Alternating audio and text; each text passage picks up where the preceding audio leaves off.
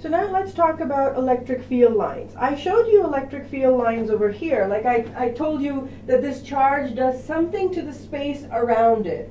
So, and then I drew these lines. These lines are actually not there. They're just to help us understand what this charge is doing. So think of this as kind of like a latitude or longitude. There's no line at the equator that says here's where the equator is, or here's where 20 degrees Tropic of Cancer and Tropic of Capricorn is. It's just that we've drawn them on a map to make life easy. Electric field lines are exactly the same. They're not really there. It's just that they help us understand what these charges are doing.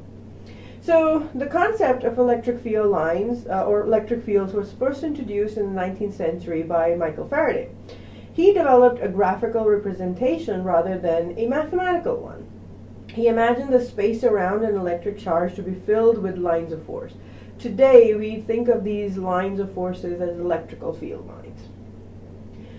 So electrical field lines are drawn with the following property. They are the tangent to the electrical field line passing through any point in space give the direction of the electrical fields at that point. We draw field lines with the following properties. All of the positive charges that we know of, electrical field lines go out of radially outwards.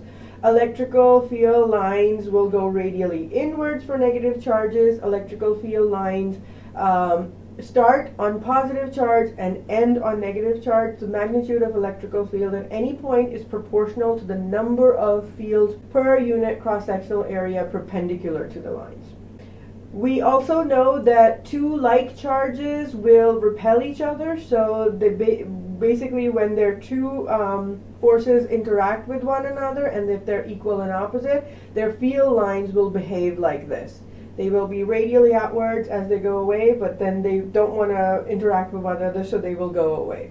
For a positive and a negative charge, this is kind of what the value would look like. If they're equal, they are called dipoles, and that's what the field lines will look like. They will start from the positive and end at the negative. Again, remember, always start at the positive and end at the negative.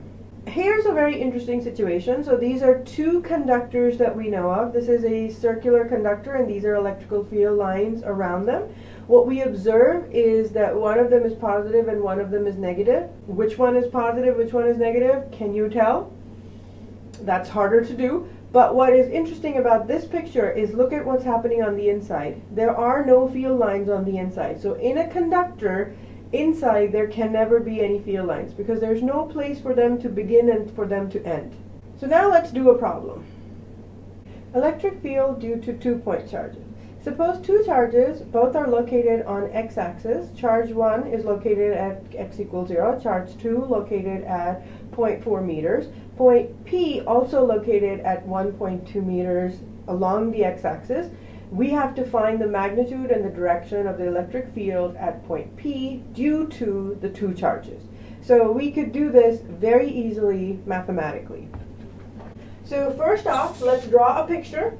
So we have charge Q1 and Q2.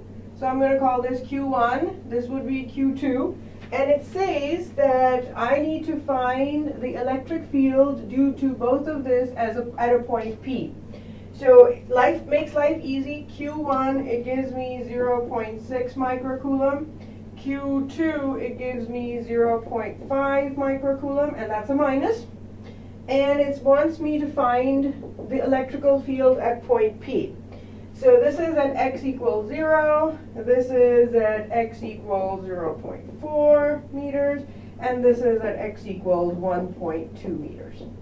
So what do I have to do? Well, I have to find, in order to calculate the electric field at point P, I have to find E1 and I have to find E2. That means electrical fields due to charge 1 and electrical fields due to charge 2.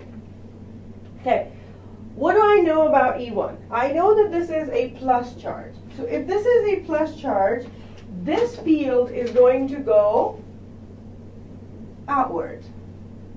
Yes? This is going to be an outwards field.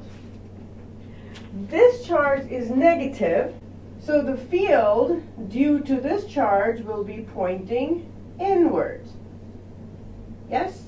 And this one, it will be sort of like that, kind of combining them together, right? Because they have to start and end at the same spot. So that's kind of what our field is going to look like. But mathematically, I'm required to find the field at point P. So in order to do that, I will find at point P, E1. So at P, point P, E1 will be equals to KQ1 over R1 squared. And E2 will be KQ2 over R2 squared. So now all that's left is for me to plug in the numbers. 9 times 10 to the 9, 0.6 times 10 to the minus 6, because it's microcoulomb, divided by R. R is the total distance between 0 and 1.2. So it'll be 1.2 squared. Okay? Which comes out to be plus 3.75 times 10 to the 3 newtons per coulomb. That is my field. This means that due to, E1, sorry, I forgot. E1, the direction is going to be towards the positive x. Okay? Now what about E2? E2 will be 9 times 10 to the 9 minus 0.5 times 10 to the minus 6 coulomb divided by what is R2? R2 is actually equals to 1.2 minus 0.4. Why? Because this is the only distance I'm concerned about. Right? So in order to calculate this distance, I have to do that. And what I get is going to be minus 7.02 times 10 to the 3 newtons per coulomb. The negative sign gives me that the direction of this is going to be towards the x-axis. So my net E is going to be very simple. E will just be the sum of E1 plus E2.